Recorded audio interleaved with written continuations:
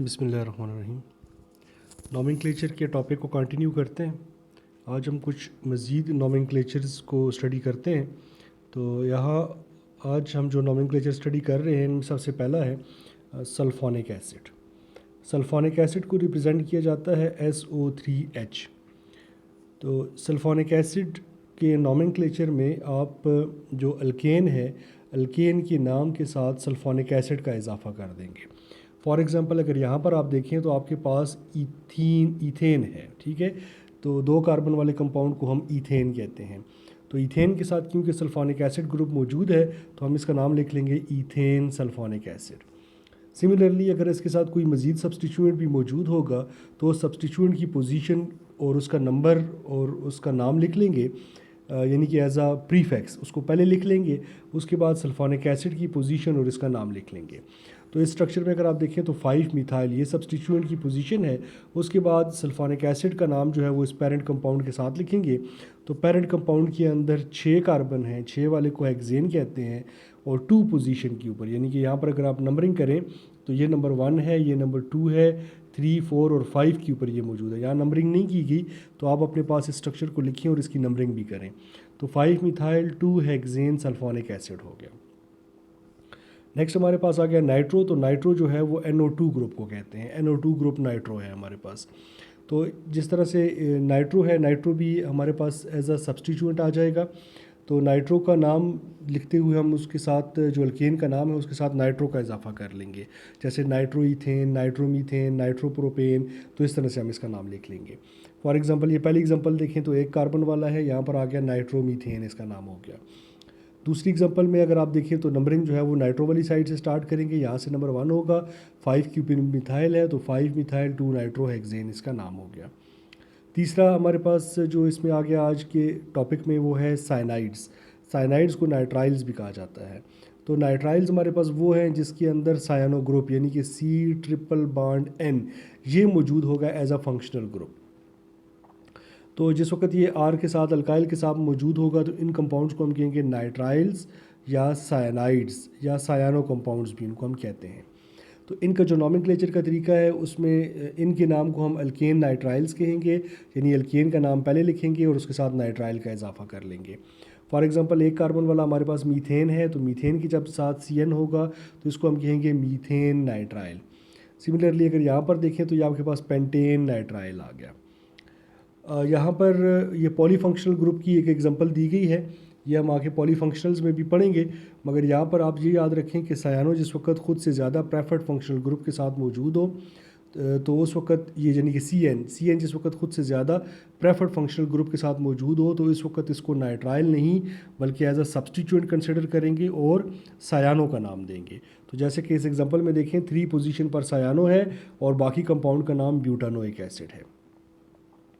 Next आ गया हमारे पास amines. तो अमाइंस भी बहुत इंपॉर्टेंट क्लास है फंक्शनल ग्रुप्स की, बहुत इंपॉर्टेंट फंक्शनल ग्रुप है।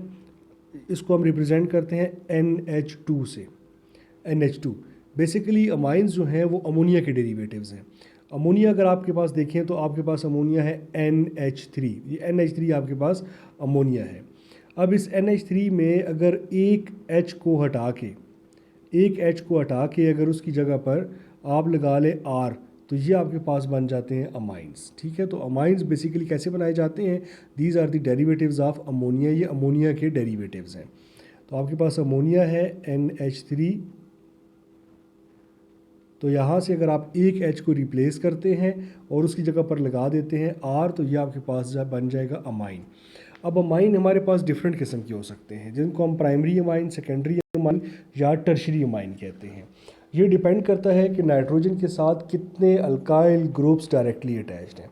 अगर नाइट्रोजन के साथ सिर्फ एक अल्काइल ग्रुप अटैच्ड है डायरेक्टली तो इसको हम कहेंगे प्राइमरी अमाइन। अगर नाइट्रोजन के साथ 2 अल्काइल ग्रुप्स डायरेक्टली अटैच्ड हैं तो इसको सेकेंडरी अमाइन कहेंगे, और अगर उसके साथ 3 अल्काइल ग्रुप्स डायरेक्टली अटैच्ड हैं तो इसको हम टर्शरी कहेंगे।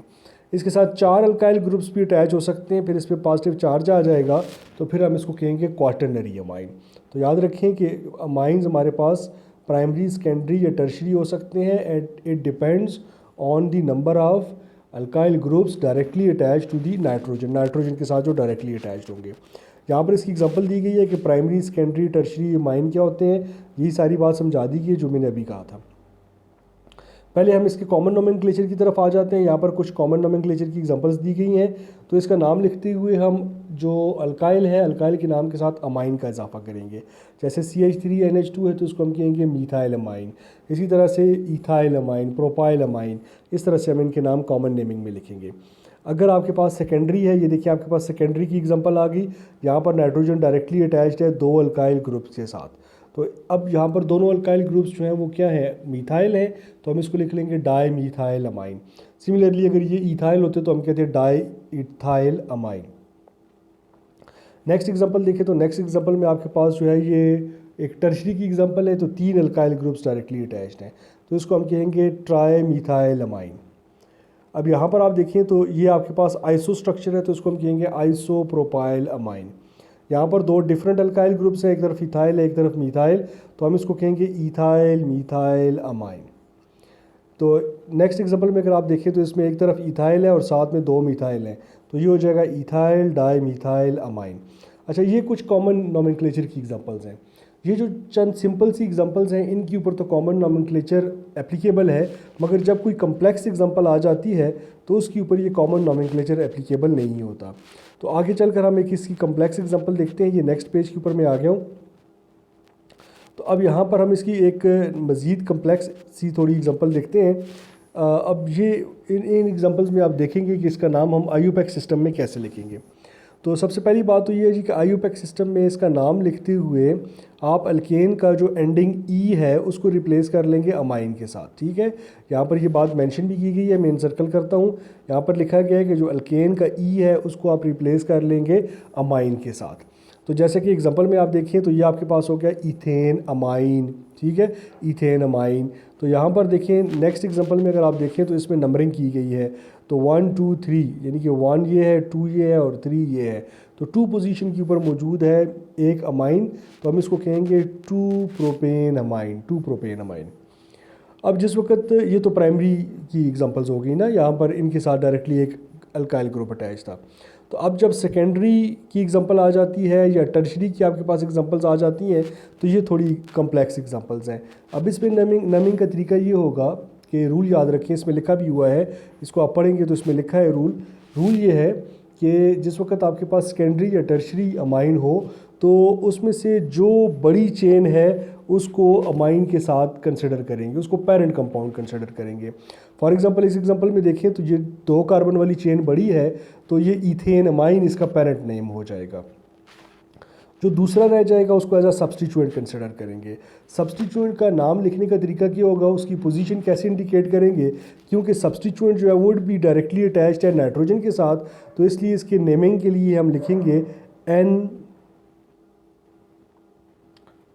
तो इसके लिए हम N का इजाफा करेंगे। ठीक है, तो यहाँ पर हम लिख लेंगे N, ये N लिखा है, N फॉर नाइट्रोजन, नाइट्रोजन के साथ डायरेक्टली अटैच्ड है।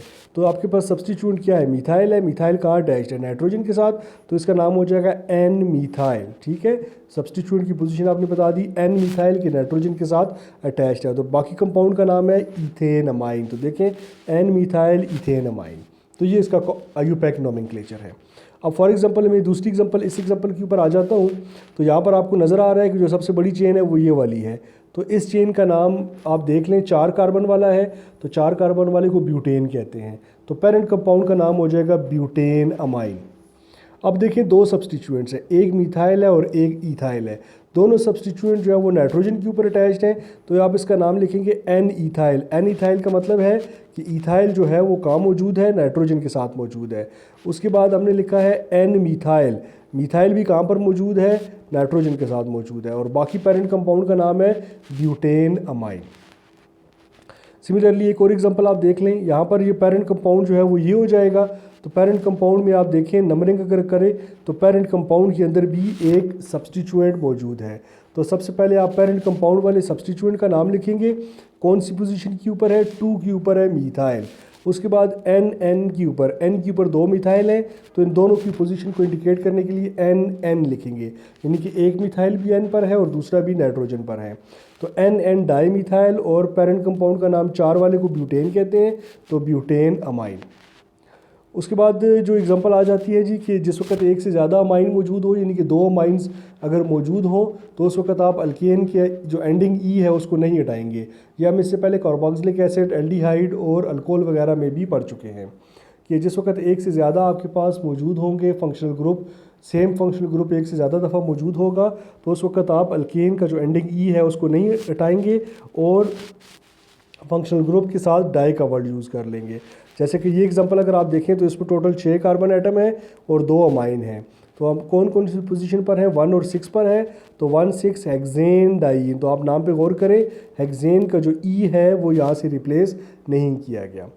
उसके बाद यहाँ पर कुछ जनरल इसकी रूल्स दिए गए हैं, गाइडलाइन दी गई है कि नेमिंग किस तरह से करनी है। इस गाइडलाइन को आप यहाँ से पढ़ लेंगे। मैं सारी चीज़ें आपको बड़ा ब्रीफली बता चुका हूँ। आपने इसमें ये जो गाइडलाइन है इसमें सिर्फ ये लिखा होगा कि आपने अगर फॉर एग्जांपल 2 नंबर हैं तो नंबर के दरमियान कॉमा लिखना है, नंबर और डिजिट को एक दूसरे से डिफरेंशिएट करने के लिए हाइफन लिखनी है, और इस तरह से आप ये बाकी कुछ गाइडलाइन है तो इस गाइडलाइन को आप यहाँ से देख लेंगे। आगे चलते हैं हम। तो अब हमारा बड़ा इंपॉर्टेंट टॉपिक शुरू हो रहा है which is polyfunctional compounds. Polyfunctional compounds, polyfunctional से मुराद क्या है, यहाँ पर इस हाईलाइटेड पोर्शन के अंदर इसकी डेफिनेशन भी दी गई है। पॉलीफंक्शनल से मुराद है कि अगर एक हाइड्रोकार्बन चेन के अंदर एक से ज़्यादा फंक्शनल ग्रुप्स मौजूद हों और वो फंक्शनल ग्रुप्स डिफरेंट हों तो फिर आप पेरेंट कंपाउंड का नाम कैसे लिखेंगे, और यानी कि दोनों फंक्शनल ग्रुप का आप नाम कैसे लिखेंगे। तो ऐसे कंपाउंड्स, ऐसे स्ट्रक्चर्स को हम कहते हैं पॉलीफंक्शनल कंपाउंड्स, जिनके अंदर एक से ज़्यादा फंक्शनल ग्रुप्स मौजूद होंगे।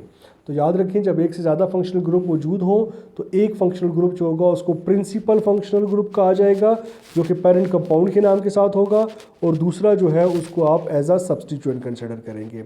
फॉर एग्जांपल ये एग्जांपल है, तो इस एग्जांपल में आपके पास कार्बोक्सिलिक एसिड भी है और अल्कोहल भी है। तो कार्बोक्सिलिक एसिड को कहा गया है प्रिंसिपल फंक्शनल ग्रुप, जबकि अल्कोहल को कहा गया है सब्स्टिट्यूएंट। अब ये इनको प्रिंसिपल फंक्शनल ग्रुप और सब्स्टिट्यूएंट आप किस बेसिस पर कहेंगे, कैसे कहेंगे, तो आपके पास इसका कुछ टेबल या कुछ ऐसे चीज़ होनी चाहिए। तो नेक्स्ट पेज पर अगर आप देखेंगे तो यहाँ पर बाकायदा एक टेबल दिया गया है, और ये एक सीक्वेंस आप इसको समझ लें, या आप इसको प्रायोरिटी सीरीज़ भी कह सकते हैं।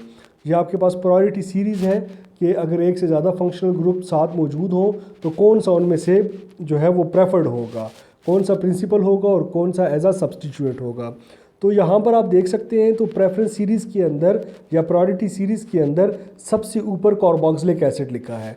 इसका मतलब है कि किसी भी फंक्शनल ग्रुप के साथ अगर कार्बोक्सिलिक एसिड मौजूद होगा तो carboxylic acid principal functional group होगा। दूसरे नंबर पर सल्फोनिक एसिड है, नेक्स्ट नंबर पर ईस्टर है, फिर एसिड एलाइड है, amides, nitriles, aldehydes, ketone, alcohol, amine, ether, alkene और सबसे आखिर में अल्काइन। अब मैं आपको एक एग्जांपल दूं कि अगर फॉर एग्जांपल आपके पास आप एक स्ट्रक्चर ड्रा करें और उस स्ट्रक्चर के अंदर आपके पास मौजूद है एल्डिहाइड, उस स्ट्रक्चर के अंदर अगर आपके पास एल्डिहाइड मौजूद है और साथ में उसके पास उसमें आपके पास कीटोन भी मौजूद है, ठीक है। तो अब इन दोनों में से ज़्यादा प्रिंसिपल फंक्शनल ग्रुप क्या होगा, तो आप इस सीक्वेंस में अगर आप देखें तो एल्डिहाइड जो है वो प्रेफरेंस सीरीज़ में पहले आ रहा है, ये देखें एल्डिहाइड ऊपर आ रहा है, कीटोन जो है उससे नीचे आ रहा है। तो इसका मतलब है कि प्रिंसिपल फंक्शनल ग्रुप एल्डिहाइड होगा और जो सब्स्टिट्यूएंट होगा वो कीटोन होगा। अब ये तो इस प्रायोरिटी सीरीज़ से आपको बात समझ आ गई। अब दूसरी बात ये है कि जब कोई functional group as a substituent आएगा तो फिर उसका नाम कैसे लिखेंगे। तो यहाँ पर फंक्शनल ग्रुप के नाम लिखे हैं कि जिस वक्त उनको एज अ सब्स्टिट्यूएंट लिखेंगे तो उनके नाम कैसे लिखेंगे। तो BR को ब्रोमो लिखेंगे, क्लोरो, फ्लोरो, आयोडो एट्सेट्रा। R को अल्काइल लिखेंगे, OR आपके पास अल्कोक्सी आ जाएगा, OH जो कि आपके पास अल्कोहल था इसको आप लिखेंगे हाइड्रोक्सी। कब लिखेंगे हाइड्रोक्सी, जब ये खुद से ज़्यादा प्रेफर्ड फंक्शनल ग्रुप के साथ मौजूद होगा। उसके बाद आ गया जी आपके पास अमाइन, NH2 जो है वो अमाइन है। नेक्स्ट आपके पास आ गया कीटोन, ये जो C डबल बॉन्ड कार्बोनाइल है। कीटोन को आप लिखेंगे ऑक्सो, ये याद रखने की बात है, OXO ऑक्सो। जैसे अभी मैंने एग्जांपल दी थी कि एल्डिहाइड और कीटोन अगर साथ आ जाएं तो कीटोन की पोजीशन लिखकर उसको ऑक्सो लिखेंगे और बाकी कंपाउंड का नाम एल्डिहाइड के साथ लिखेंगे। NO2 नाइट्रो होगा, NO जो है नाइट्रोसो होगा और CN सायानो। ये थोड़ी देर पहले भी हमने सायानो की एग्जांपल डिस्कस की है। उसके बाद आगे जी कुछ रूल्स हैं, जनरल रूल्स में जनरली डिस्क्राइब कर देता हूँ कि रूल्स क्या है। सबसे पहली बात तो ये है कि आपने आइडेंटिफाई करना है कि कौन कौन से उसमें ग्रुप्स मौजूद हैं। फॉर एग्जांपल ये 2 ग्रुप्स मौजूद हैं, तो आप देखें कि इनमें से प्रिंसिपल फंक्शनल ग्रुप कौन सा है। तो for example principal functional group इसमें से कार्बोक्सिलिक एसिड है, तो नंबरिंग में प्रेफरेंस प्रिंसिपल फंक्शनल ग्रुप को मिलेगी। तो आप देख सकते हैं कि नंबरिंग जो है वो कार्बोक्सिलिक एसिड के ऊपर से स्टार्ट की गई है। फर्दर रूल्स को कंटिन्यू करते हैं। नेक्स्ट पेज पे मैं आ गया हूँ। तो यहाँ पर रूल ये लिखा है कि write the parent name corresponding to the name number of the carbon atoms to the largest chain. तो जो लार्जेस्ट चेन आपने सेलेक्ट किया है उसके साथ आप पेरेंट कंपाउंड का नाम लिखें। तो फॉर एग्जांपल इसमें 5 कार्बन थे, तो इसका नाम हो जाएगा पेंटानोइक एसिड। उसके बाद जो इसके ऊपर फंक्शनल ग्रुप्स दूसरे मौजूद हैं उन फंक्शनल ग्रुप्स के नाम लिखें। अगर कोई फंक्शनल ग्रुप है साथ में कोई और सब्स्टिट्यूएंट भी मौजूद है तो इन सब के नाम आप अल्फ़ाबेटिक ऑर्डर में लिखेंगे।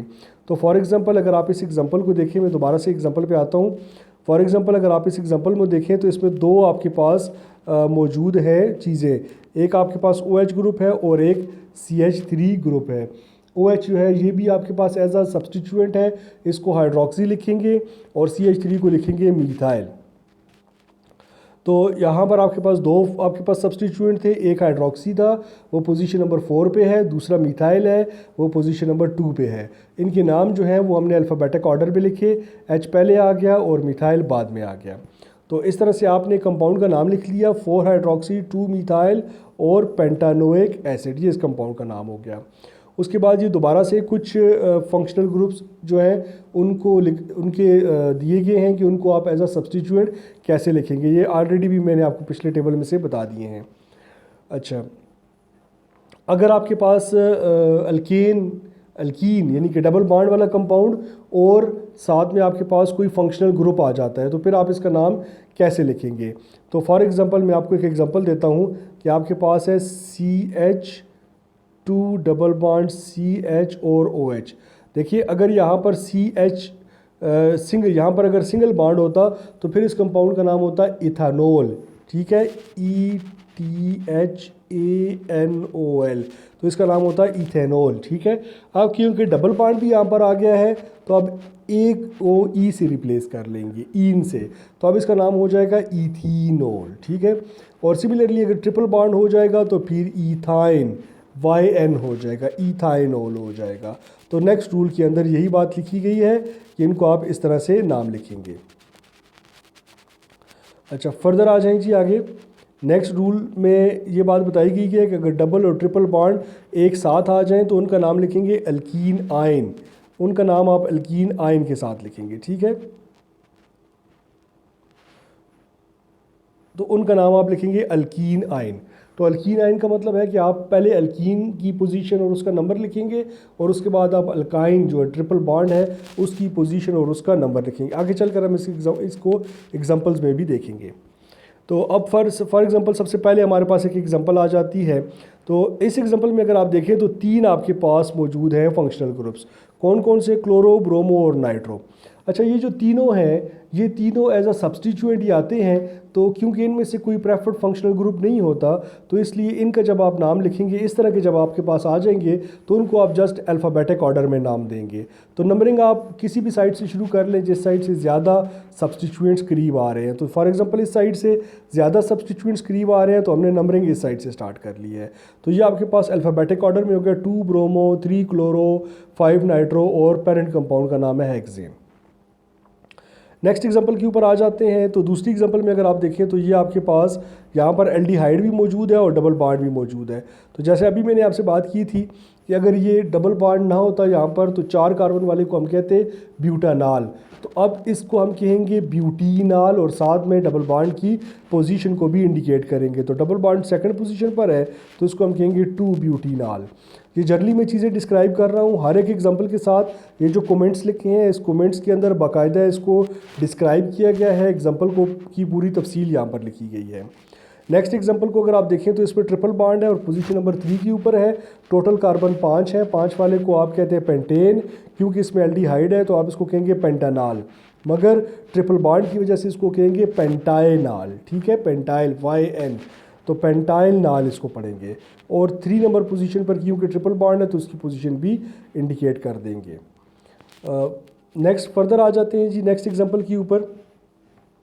तो now this is very another important example. आप देखिए इसमें एल्डिहाइड भी मौजूद है और कीटोन भी मौजूद है, दो फंक्शनल ग्रुप हैं। तो प्रेफरेंस सीरीज़ में आपने ये देखा कि एल्डिहाइड प्रेफर्ड है, तो आप कीटोन जो है इसको ऑक्सो लिखेंगे, उसकी पोजीशन 3 है, तो 3 ऑक्सो, टोटल 5 है, तो 5 वाले को पेंटानॉल कहते हैं। नेक्स्ट एग्जांपल में अगर आप देखें तो आपके पास दो हैं, अल्कोहल है और कीटोन है। अल्कोहल और कीटोन में से कीटोन जो है वो प्रेफर्ड है, तो अब आप अल्कोहल को एज अ सब्स्टिट्यूएंट लिखेंगे। तो आप देखिए उसकी पोजीशन लिखकर हमने लिखा 4 हाइड्रोक्सी और 2 ब्यूटेनोन, कीटोन की पोजीशन को भी इंडिकेट करेंगे। नेक्स्ट एग्जांपल में आपके पास कीटोन है और साथ में एल्डी आपके पास डबल बॉन्ड भी मौजूद है। तो इस एग्जांपल में आपने दोनों की पोजीशन इंडिकेट करनी है। तो डबल बॉन्ड की पोजीशन नंबर 4 है, तो आप इसको लिखेंगे 4 हेक्सीन और 3 ओन फॉर कीटोन। तो देखिए नंबरिंग में हमने प्रेफरेंस उस साइड से दी है जिस साइड से functional group, principal functional group नज़दीक है। नेक्स्ट एग्जांपल में आप देखिए तो आपके पास डबल बॉन्ड है और आपके पास अल्कोहल है, तो यहाँ पर आप डबल बॉन्ड और अल्कोहल दोनों की पोजीशन को इंडिकेट करेंगे। नंबरिंग देखिए हमने डबल बॉन्ड वाली साइड से स्टार्ट नहीं की, बल्कि उस साइड से स्टार्ट की है जिस साइड से अल्कोहल यानी कि प्रिंसिपल फंक्शनल ग्रुप नज़दीक था। तो यहाँ पर इसका नाम क्या हो जाएगा, 4 पेंटीन और 2 ओल। 2 के ऊपर ओल का मतलब है कि अल्कोहल एक ग्रुप मौजूद है। नेक्स्ट एग्जांपल में आप देखें तो आपके पास मेथॉक्सी है और साथ में अल्कोहल है, तो मेथॉक्सी क्योंकि एज अ सब्स्टिट्यूट होगा 2 मेथॉक्सी हो जाएगा, और 1 के ऊपर अल्कोहल है तो 1 ब्यूटानोल अल्कोहल के साथ इसका नाम हो जाएगा। नेक्स्ट बड़ी इंपॉर्टेंट एग्जांपल है जी जिसमें डबल और ट्रिपल बॉन्ड आगे हैं। डबल और ट्रिपल बॉन्ड वाली बात याद रखनी है कि जब दोनों मौजूद हों किसी हाइड्रोकार्बन चेन के अंदर और अनइक्वल पोजीशंस पर हों, यानी कि दोनों सेम पोजीशन पर ना आ रहे हों। एक साइड से नंबरिंग करें तो एक की फॉर एग्जांपल पोजीशन 1 बनती है, दूसरी साइड से नंबरिंग करें तो दूसरी की पोजीशन 2 बन रही है। तो जब अनइक्वल पोजीशन पर हो तो आप उस साइड से नंबरिंग करेंगे जिस साइड से कोई भी जो डबल या ट्रिपल बॉन्ड में से कोई भी एक किसी एंड के ऊपर आ रहा होगा, जैसे कि यहाँ पर नंबरिंग की गई है। मगर इसका नाम लिखते हुए आप जो पेरेंट कंपाउंड का नाम है वो आप पहले कंपाउंड का नाम ईन के साथ लिखेंगे, क्योंकि हमने पढ़ा कि इनके नाम होंगे अल्कीनाइन। पहले आप अल्कीन का नाम लिखेंगे फिर आप अल्काइन का नाम लिखेंगे। तो अल्कीन आयन का मतलब है कि डबल बॉन्ड की पोजीशन है 3, तो हमने लिख लिया 3 पेंटीन और एंडिंग वाला ई नहीं लिखना, और 1 के ऊपर ट्रिपल बॉन्ड है तो 1 आयन इसका नाम हो गया। फर्दर इसकी यहाँ पर इस कमेंट सेक्शन के अंदर इसकी पूरी तफसील भी लिखी गई है, यहाँ से भी आप पढ़ सकते हैं। अच्छा ये एग्जांपल आप देखें, अब दोनों सेम पोजीशन पर हैं, तो जिस वक्त डबल और ट्रिपल बॉन्ड दोनों साइडों से सेम पोजीशन पर आ रहे हो तो उस वक्त आपने नंबरिंग में प्रेफरेंस डबल बॉन्ड को देनी है, ये रूल याद रख लें। जब डबल या ट्रिपल बॉन्ड दोनों साइडों से नंबरिंग करने पर सेम पोजीशन पर आ रहे हो तो डबल बॉन्ड वाली साइड से आपने नंबरिंग स्टार्ट करनी है। जब अनइक्वल पोजीशंस पर आ रहे हो तो दोनों में से जो भी किसी चेन की एंड के ऊपर आ रहा हो, किनारे पे आ रहा हो, उस साइड से आपने नंबरिंग करनी है। तो इस कंपाउंड का नाम भी उसी तरह से अल्कीन आयन, यानी कि 1 के ऊपर डबल बॉन्ड है तो 1 पेंटीन और 4 आयन इसका नाम हो जाएगा।